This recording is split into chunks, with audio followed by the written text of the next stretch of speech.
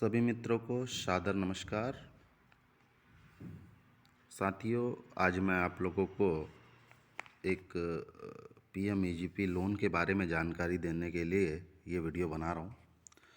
ऐसे बहुत सारे साथी हैं जो बिजनेस करना चाहते हैं, जो छोटा उद्योग लगाना चाहते हैं, परंतु उन्हें ये जानकारी नहीं है कि उन्हें लोन कैसे मिलेगा, योजना क्या है। तो मैं उसी के संबंध में लोगों को विस्तृत जानकारी उपलब्ध करा पाऊँ, क्योंकि मेरे ऑलरेडी मैंने 2-3 यूनिट लगा के रखा हुआ है। ईटा ब्रिक्स जो फ्लाइयर्स ब्रिक्स है उसकी यूनिट है, पेवर ब्लॉक टाइल्स है मेरी, उसकी यूनिट है, मिनरल वाटर का मेरा प्लांट है, रेस्टोरेंट है। तो ये सारा चीज़ मैंने धीरे धीरे पिछले 6-7 सालों में मैंने स्टेबल किया है, और अब मुझे सारी जानकारी इसके बारे में है, इसलिए मैं वीडियो बना रहा हूँ। आप लोगों को धीरे धीरे एक एक चीज़ मैं इस वीडियो के माध्यम से बताऊंगा कि क्या और कैसे आप लोग करें। सबसे पहले आप समझिए पीएमईजीपी लोन कैसे मिलेगा। सबसे पहले तो ये समझिए कि पीएमईजीपी है क्या। प्रधानमंत्री एम्प्लॉयमेंट जनरेशन प्रोग्राम। इस पीएमईजीपी का फुल फॉर्म यही है कि प्रधानमंत्री रोजगार सृजन कार्यक्रम योजना, इसको हिंदी में बोलते हैं, इंग्लिश में पीएम एम्प्लॉयमेंट जनरेशन प्रोग्राम बोलते हैं। ये एक योजना है, स्कीम है सरकार का, जिससे जो हमारे बेरोजगार युवा हैं उनको रोजगार का अवसर प्रदान करता है। साथियों, सबसे पहले ये समझिए कि इसमें 10 लाख रुपए से 25 लाख रुपए तक का लोन मिलता है। अब 10 लाख रुपए से 25 लाख रुपए तक का लोन किसको मिलेगा? 10 लाख और 25 लाख, ठीक है, 25 लाख, ये लोन उन लोगों को मिलेगा, ये सेवा के क्षेत्र में मिलेगा, सेवा सेवा सर्विस है ना। और ये आपको मिलेगा निर्माण के क्षेत्र में, निर्माण। अब सेवा और निर्माण क्या समझ लीजिए, जैसे आपने कोई दुकान खोला, किराने का दुकान, ठीक,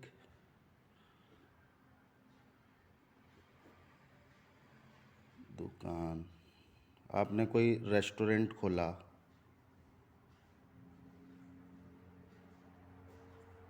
या होटल खोला,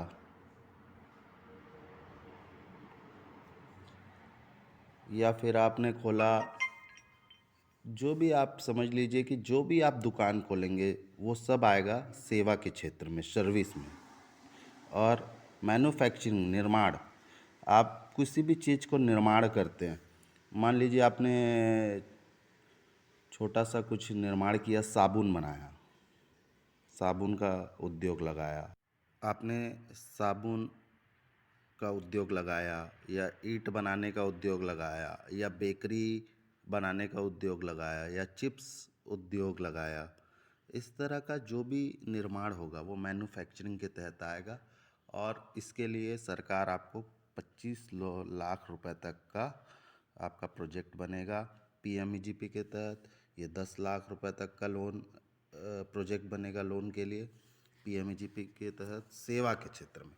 अब साथियों समझ लो कि इसमें जो कैटेगरी क्या क्या है, ये आपको मैं समझा दूं कि 10 लाख रुपए कैसे मिलेगा। 10 लाख के लिए सबसे पहले आपको एक प्रोजेक्ट बनाना पड़ेगा, प्रोजेक्ट रिपोर्ट। आपके आसपास जो भी सीईओ होगा, क्योंकि प्रोजेक्ट रिपोर्ट नाम सुन के ही कई लोग घबराते हैं कि ये क्या है, कैसे बनेगा। तो एकदम कुछ नहीं है साथियों, सिंपल सा चीज़ है। हमारे काम करने के लिए हमारे पूरे यूनिट का एक प्रोजेक्ट का एक कागज़ में लिखा हुआ ही प्रारूप प्रोजेक्ट रिपोर्ट है। आप सीए के पास जाइएगा और बोलिएगा कि भैया मेरे को 10 लाख रुपए तक का, अगर सेवा के क्षेत्र में आप काम कर रहे हो और आप चाहते हैं कि 10 लाख रुपए तक का आपका प्रोजेक्ट हो, तो अपने सीए को बताइएगा कि सर मुझे एक दुकान खोलना है। जो भी दुकान हो, या जो भी होटल हो, या जो भी सर्विस का कई सारा चीज़ है, जैसे ठेकेदारी क्षेत्र में लोग सेंटरिंग प्लेट या कई सारा किराए पे देते हैं, स्पान, ये सब चीज़ें भी सर्विस के क्षेत्र में आ जाती है ना। तो उसके लिए भी आप अप्लाई कर सकते हैं वो प्लेट बनाने के लिए। इस तरह से बहुत सारे चीज़ है, जो भी सर्विस है सेवा के क्षेत्र में है, आप अपने हिसाब से समझिए कि आपको क्या करना है। जो भी करना है आप उसके बारे में अपने सीए को बताइए और लागत बताइए कि अगर मान लीजिए 5 लाख की ज़रूरत है तो आप 5 लाख लीजिए। अधिकतम 10 लाख तक का है और मैं इसलिए 10 लाख तक बता रहा हूँ क्योंकि 10 लाख अधिकतम है। अगर मान लीजिए किसी को 10 लाख की आवश्यकता है तो वो अपने सीए साहब सर के पास जाए और बोले कि मुझे 10 लाख का लोन बना दीजिए। इसमें टर्म लोन होता है, टर्म लोन, और सीसी कैपिट ये टर्म लोन आपको लगभग इसमें पूरे प्रोजेक्ट का 70% मिलेगा। तो 7 लाख रुपया टर्म लोन का बनेगा प्रोजेक्ट रिपोर्ट में। और सीसी आपको वर्किंग कैपिटल लेना पड़ेगा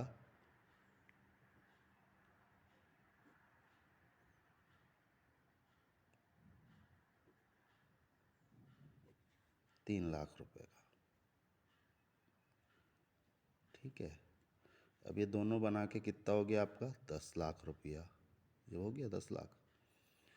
अब ये टर्म लोन और वर्किंग कैपिटल क्या है ये समझ लीजिए आप। सबसे पहले मैंने एक दुकान खोला।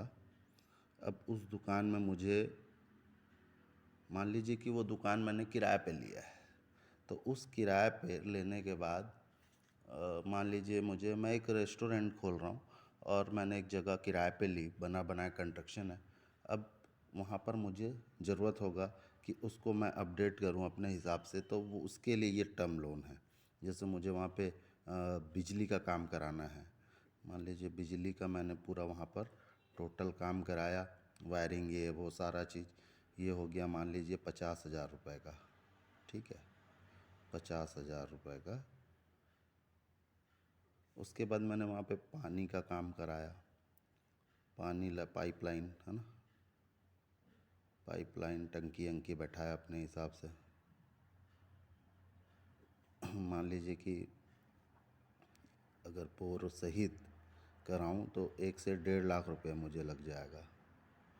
1.5 लाख रुपये मुझे ये लगा।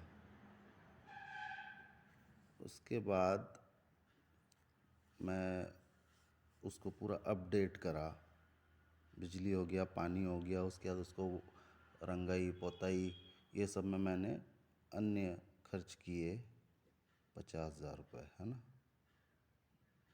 इसमें पूरा मेरा होटल रेस्टोरेंट पूरा अपडेट हो गया। अब इसके बाद मैंने मान लीजिए बर्तन लिया, उसमें बर्तन ले लिया, बहुत सारे बर्तन आते हैं, पूरा लगभग 1 लाख रुपए लग गया मेरे बर्तन में।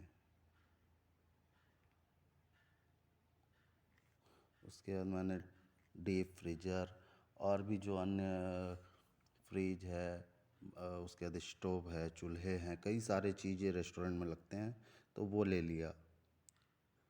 तो ये हो गया 2 3, ये 1 2 3 3.5। अब मान लीजिए बाकी अन्य जो खर्च हो गया वो हो गया 3.5 का। ठीक है, तो ये टोटल कितना हो गया 7 लाख।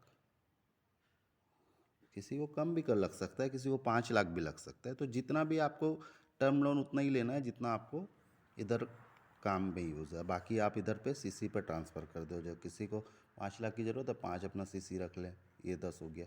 सीसी मतलब इसके बाद जो हमको वहाँ पे ज़रूरत पड़ेगी राशन की, सामानों की, सब्जियों की, उसके लिए जो हमको पैसा चाहिए वो वर्किंग कैपिटल हमको बैंक देगा। वहाँ से हमको निकाल के काम करना है। जितना पैसा रोज़ का आ रहा है हम अपने करेंट खाता रहेगा या सीसी खाते में हम रोज़ उसको जमा करें, ज़रूरत के हिसाब से निकालें। इसी खाते से हमारा बैंक का ब्याज पटेगा और लोन पटेगा। ये 3 साल तक कंटिन्यू जब आपका ये लोन चलेगा तो आपको सरकार द्वारा जो लाभ है ग्रामीण क्षेत्रों में 35% तक का लाभ है महिला या SC या ST उद्यमी को ये लाभ मिलेगा। तो ये 3 साल तक जब आप कंटिन्यू करेंगे तो ये जो पैसा 35% आपका इस 10 लाख में है ये आपके खाते में आके मर्ज होगा सरकार से। बैंक इसको क्लेम करके मंगा लेता है, लेकिन ये मर्ज नहीं करता, इसको तब तक रखे रहता है जब तक आपका यूनिट 3 साल रन नहीं हो जाता। और 3 साल अगर आप रन कर लिए तो फिर आपको ये सब्सिडी का लाभ मिल जाता है। और भी आगे मैं वीडियो बना के बताऊंगा। वीडियो लंबा हो रहा है, बस पार्ट पार्ट में ही समझाऊंगा। इसमें आप लोगों को मैंने समझाया और आगे नेक्स्ट वीडियो में और इसके बारे में डिटेल दूंगा।